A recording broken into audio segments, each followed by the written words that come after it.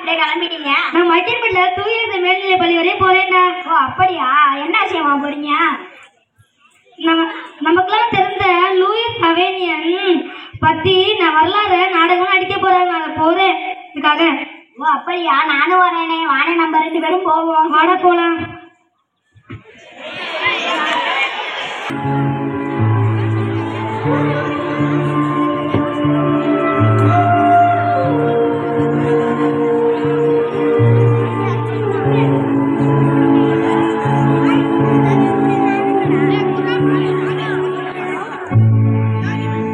மனிதம் மாண்புற வந்தவர், வறியவரை வளம் பெற செய்தவர், பெண்கள் கல்வி பெற பெரும் பாடுபட்டவர், சமுதாயத்தை சீர்திருத்த கடுமையாக உழைத்தவர், எல்லாருக்கும் எல்லாமும் கிடைக்க உறுதியாய் நின்றவர், தூய இதய மரியன்னையின் பிரான்சிஸ்கன் சகோதரிகள் சபையின் நிறுவனர், இறை ஊழியர் லூயிஸ் சவேனியன் தொப்பி அவர்கள்.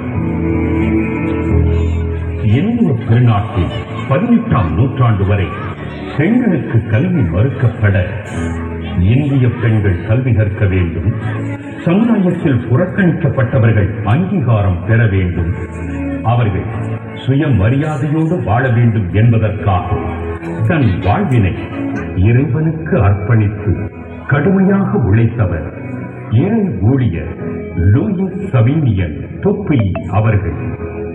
திரு அவையின் தலைமகள் என்று போற்றப்படும் பிரான்ஸ் நாட்டின் பர்கண்டு பகுதியில் சான்ஸ் என்ற கிராமத்தில் இறைபக்தியோடு வாழ்ந்த திரு எட்மே லூயிஸ் தொப்பி திருமதி பெத்துவா ரெனு பெற்றோருக்கு கிபி 1806ஆம் ஆண்டு ஆகஸ்ட் மாதம் 18ஆம் நாள் 2வது மகனாக பிறந்தார். லூயிஸ் சவேனியன் தொப்பி பிறந்தவுடன் நோய் தொற்றுக்கு ஆட்பட்ட லூயிஸ் சவேனியன் தொப்பிக்கு பிறந்த அடுத்த நாளே திருமுழுக்கு வழங்கப்பட இறை ஆற்றலால் அற்புத சுகம் பெற்றார்.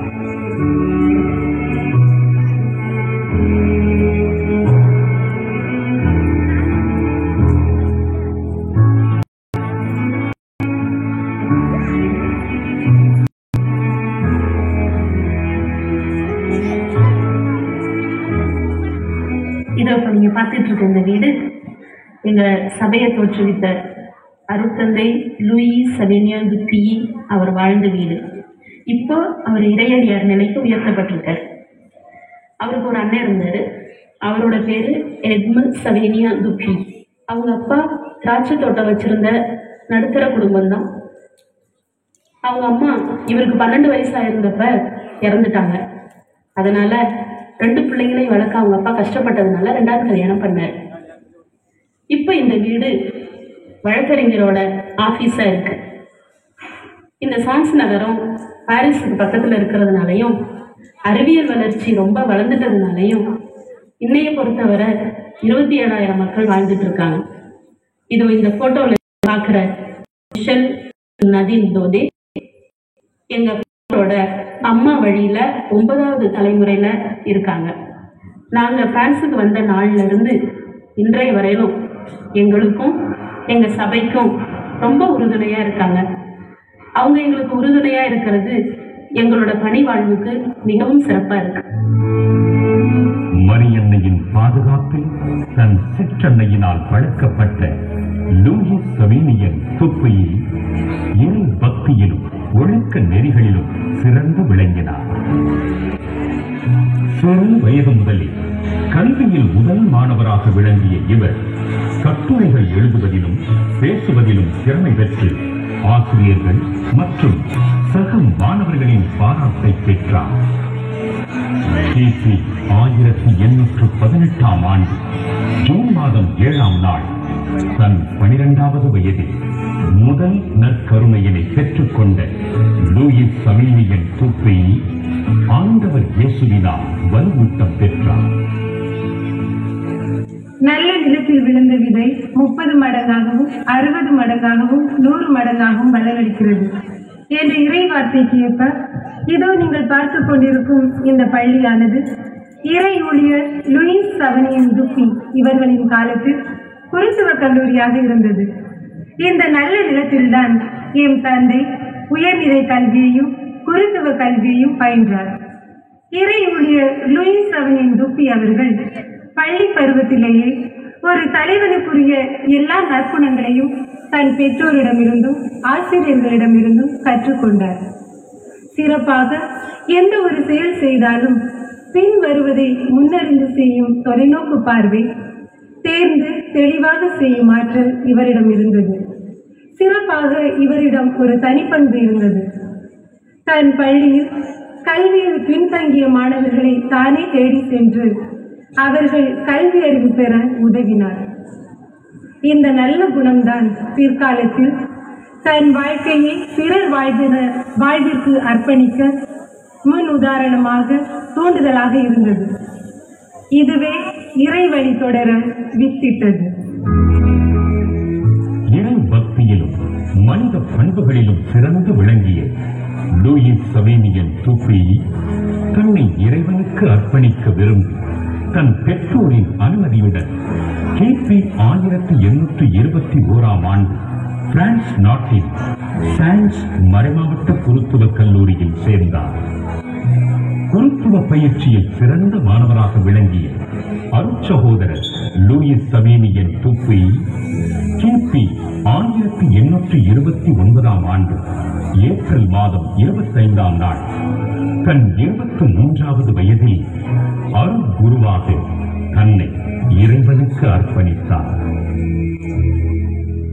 சான்ஸ் மறைமாவட்ட குருத்துவ கல்லூரியின் பொருளாளராகவும் ஆயரவர்களின் செயலாளராகவும் தன் இறைப்பணிகளை தொடங்கிய அருட்தந்தை லூயிஸ் சவேனியன் தூப்பி அவர்கள் தம் பணிகளை மிக திறமையுடன் செய்து அனைவரின் பாராட்டை பெற்றார். இறை ஊழியர் லூயிஸ் சவேனியன் தூப்பி அடிகளார் அவர்கள் இதோ நீங்கள் காணும் இவ்விடத்திலிருந்துதான் தமது சேவையை ஆரம்பித்தார். பல திறமைகளும் அறிவும் உயர்ந்த பண்புகளும் உடைய இறை ஊழியர் லூயிஸ் சவேனியன் தூப்பி அடிகளார் அவர்களை மேலகு ஆயர் துப்போன் அவர்கள் குருத்துவ கல்லூரியின் பொருளாளராகவும் அவரது செயலாளராகவும் பணி செய்ய பணித்தார். அவரும் தனது பணிகளை பொறுப்புடனும் மகிழ்வுடனும் செய்து அனைவரின் பாராட்டையும் பெற்றார். இதோ இந்த இடமானது இப்பொழுது அருள் காட்சியமாக மாறியுள்ளது குறிப்பிடத்தக்கது. புனித வின்சென்ட் டே பவுல் பற்றியும் அப்புனிதரின் சபையினர் அயல்நாட்டில் செய்யும் பணிகள் அருட்தந்தை லூயிஸ் சவேனியன் தூப்பி சபை போல் அயல் நாட்டில் பணிகள் கொண்டார். தன் விருப்பத்தை தன் மறைமாவட்ட ஆயர் அவர்களிடம் எடுத்து கூறி அனுமதி கேட்க ஆயர் அவர்கள் அவரது உடல்நல குறைவினை காரணம் காட்டி அனுமதித்தார். இறைவன் விரும்பினால் அனைத்தும் நிறைவேறும் என்ற நம்பிக்கையுடன் அருட்தந்தை லூயிஸ் சவேனியன் தூப்பி ஆயர் அவர்களிடம் அயல்நாட்டு இறைப்பணிக்கு மீண்டும் அனுமதி கேட்க தந்தையின் மன வலிமையினையும் ஆழமான சேவை மனப்பான்மையினையும் பாராட்டிய ஆயர் அவர்கள் அருட்தந்தைக்கு அனுமதி அளித்தார். 1832 பிப்ரவரி 9 நம் இந்திய மண்ணில் காலடி எடுத்து வைத்த எங்கள் தந்தை அதன் பிறகு அவரது தாய்நாடாகிய பிரான்ஸ் நாட்டிற்கு திரும்பி செல்லவே இல்லை. இது அவரது தியாக வாழ்க்கையை குறிக்கின்றது. நம் இந்திய நாட்டில் இடைக்காலம் தொடங்கி ஏறக்குறைய 18ஆம் நூற்றாண்டு வரை பெண்கள் படிக்கக்கூடாது, பெண்கள் ஸ்கூலுக்கு போகக்கூடாது, அவங்க வீட்டுதான் இருக்கணும், வீட்டு வேலை செய்யணும். அப்படியே ஒரு பெண்ணுக்கு எழுதவோ படிக்கவோ தெரிஞ்சிருந்தா அவங்க கருப்பு நீரை தவறியவள் அப்படின்னு கருதப்பட்ட அந்த காலத்துல பெண்களுக்கு கல்வி முக்கியம் அப்படின்றத புரிஞ்சுக்கிட்டு பெண்களுக்கு கல்வி கொடுக்க அவர் பலவித முயற்சிகளை எடுத்தார் எங்கள் அன்பு தந்தை. பட்டங்கள் ஆளுவதும் சட்டங்கள் செய்வதும் பாரினில் பெண்கள் நடத்த வந்தோம் என்று பெண் உரிமைக்கு குரல் கொடுத்த நம் தேசிய கவிஞர் மகாகவி சுப்பிரமணிய பாரதியாருக்கு பல ஆண்டுகளுக்கு முன்பு பெண் கல்வி ஒரு உந்து சக்தியாக இருந்து சமுதாய சீர்திருத்த மாற்றத்திற்கு தானும் ஒரு காரணமாக இருந்திருக்கிறார்.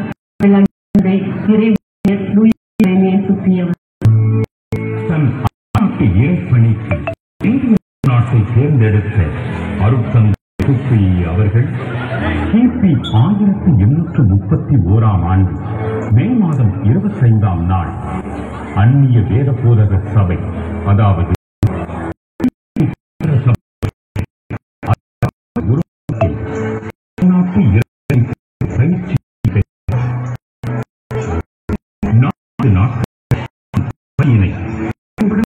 இவர் 1831 ஜூலை மாதம் 4 நாள் பிரான்ஸ் நாட்டிலிருந்து இந்தியாவிற்கு கடலாக பயணம்.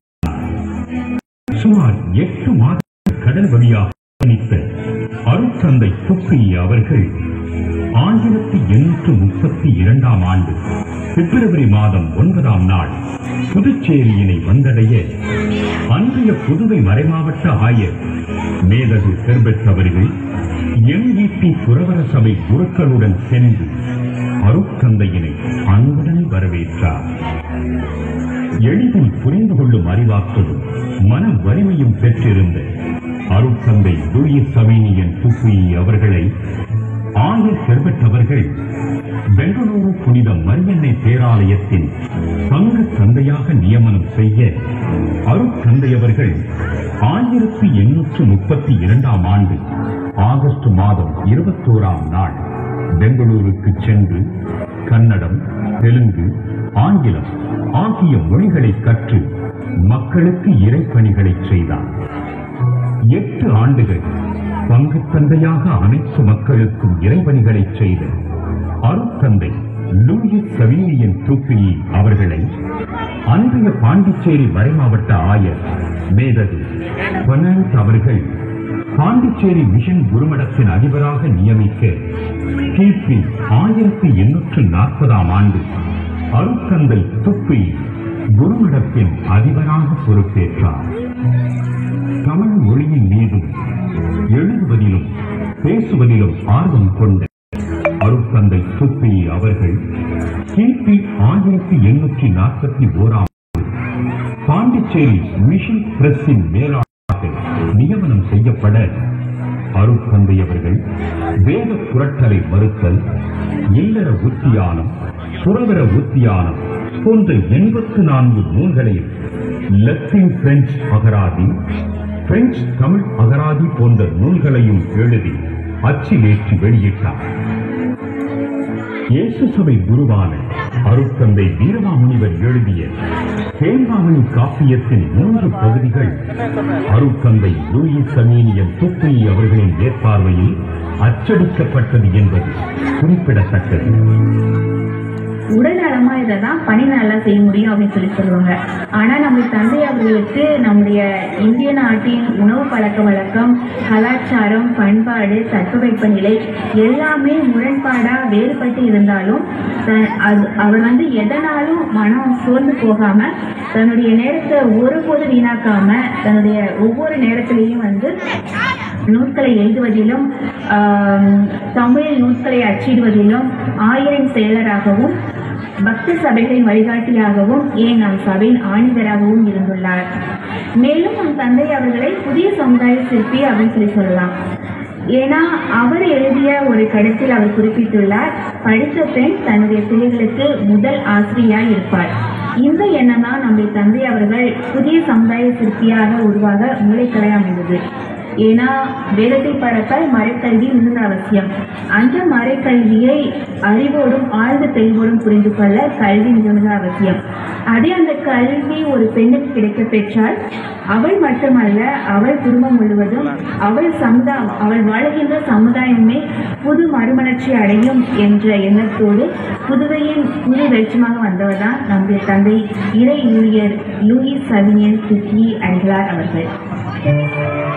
பெண் சுதந்திரம் மறுக்கப்பட்டு பெண்கள் அடிமைகளாக நடத்தப்பட்ட அக்காலத்தில் பெண்கள் கல்வி பெற வேண்டும், ஆண்களுக்கு நிகராக நடத்தப்பட வேண்டும் என்பதில் உறுதியாக இருந்த அருட்தந்தை துப்பியி பெண்களின் கல்விக்காக கன்னியர் மடம் துவங்க திட்டமிட்டார். கிபி 1844 ஆண்டு புதுவை ஜென்மராக்கினி மாதா ஆலயத்தில் நடந்த மறைமாவட்ட ஆயர்கள் குழுக்களுக்கான கூட்டமர்வில் சமுதாயம் கருத்துக்கள் கலந்துரையாடப்பட்டது.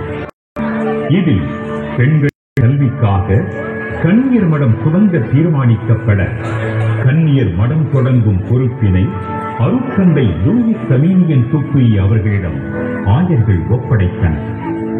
பெண்களின் கல்வியினையும் முன்னேற்றத்தையும் தனிப்பணியாக ஏற்றுக்கொண்ட அருட்தந்தை லூயிஸ் சமீனியன் துப்பி அவர்கள் அன்றைய திருத்தந்தை 16ஆம் கிரகோரி அவர்களின் அனுமதியுடன் கிபி 1844 ஆண்டு அக்டோபர் 16ஆம் நாள் தூய இதய மரியன்னையின் பிரான்சிஸ்கன் சகோதரிகள் சபையினை நிறுவி ஆண்டவரின் பணிகளை தொடங்கினார். 1844ஆம் ஆண்டு சென்ட் தெரஸ் வீதியில் ரூபாய் 200க்கு ஒரு வீட்டை வாடகைக்கு எடுத்து அதில் பள்ளிக்கூடத்தை தொடங்கினார் எங்களது நிறுவனர் தந்தை. அந்த பள்ளியின் தொடக்கத்தை பற்றி எமது நிறுவனர் தந்தை ஆயர் கிளமெண்ட் போனானிடம் அறிவித்த போது ஆயர் அவர்கள் எமது நிறுவனர் தந்தைக்கும் எங்களது கன்னியர்களுக்கும் உற்சாகத்தையும் ஊக்கத்தையும் கொடுத்தார். அந்த பள்ளியானது கிறிஸ்துவ பெண்கள் அல்லாமல் மற்ற பெண்களுக்கும் அறிவு கண்களை திறந்தது. நம் சபை சகோதரிகளுக்கும் சகோதரிகள் நல்ல விழுமியங்களையும் பண்பாடுகளையும் கிறிஸ்துவ மதிப்புகளையும் பக்தி உணர்வுகளையும்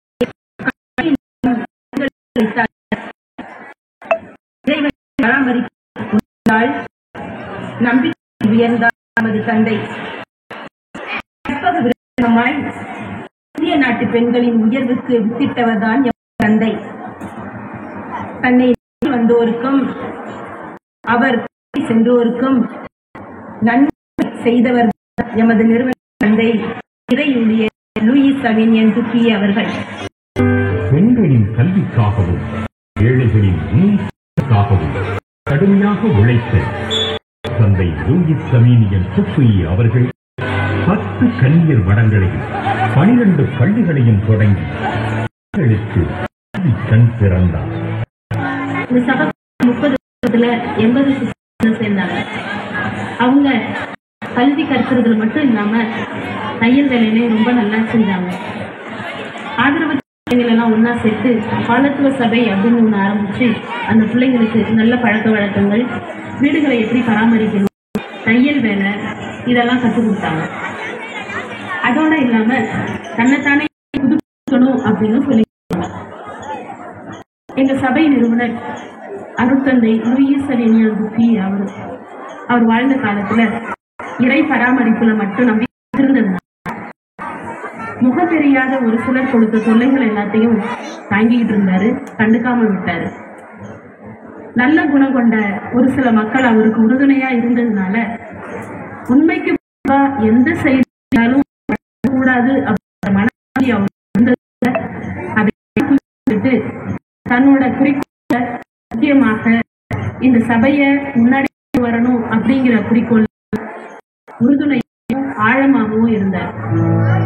தன் சபை சகோதரிகளிடம் இறைபக்தி, எளிமை, ஏழைகள் மீது அன்பு, பெண் கல்வி, சமூக அக்கறை போன்ற நற்பண்புகளை வேறொன்றச் செய்து பெண்களின் வாழ்வில் ஒளியேற்றி ஆண்டவரின் பணிகளை செய்த அருட்தந்தை லூயிஸ் சவேனியன் துக்கி அவர்கள் உடல் நலிவுற்று கிபி 1874 ஆண்டு ஜூன் மாதம் 4ஆம் நாள் விண்ணகம் சென்றார். லூயிஸ் சவேனியன் துக்கி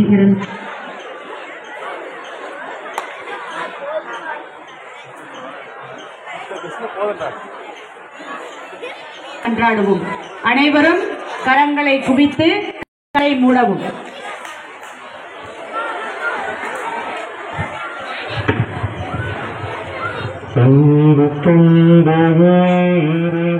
போற்றி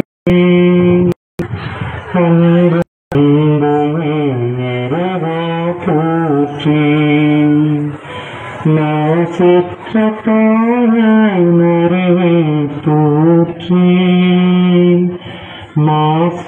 மாசற்றதாய் மறைவை தோற்றி இருப்பனையான் திருப்பணி நிறைவேற்றோம் இருப்பனையான் திருப்பணி நிறைவேற்றோம் ஈரடியான் சபையின் தொட்டி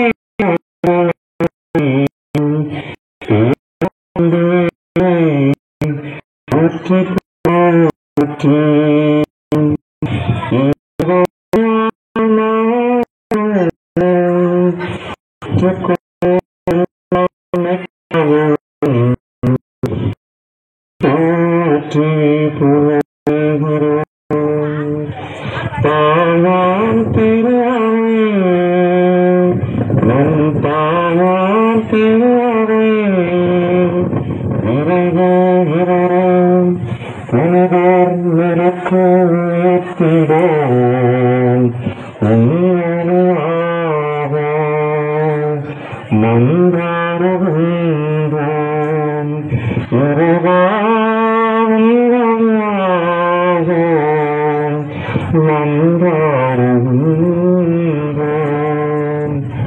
மன்றாடுகின்றோம்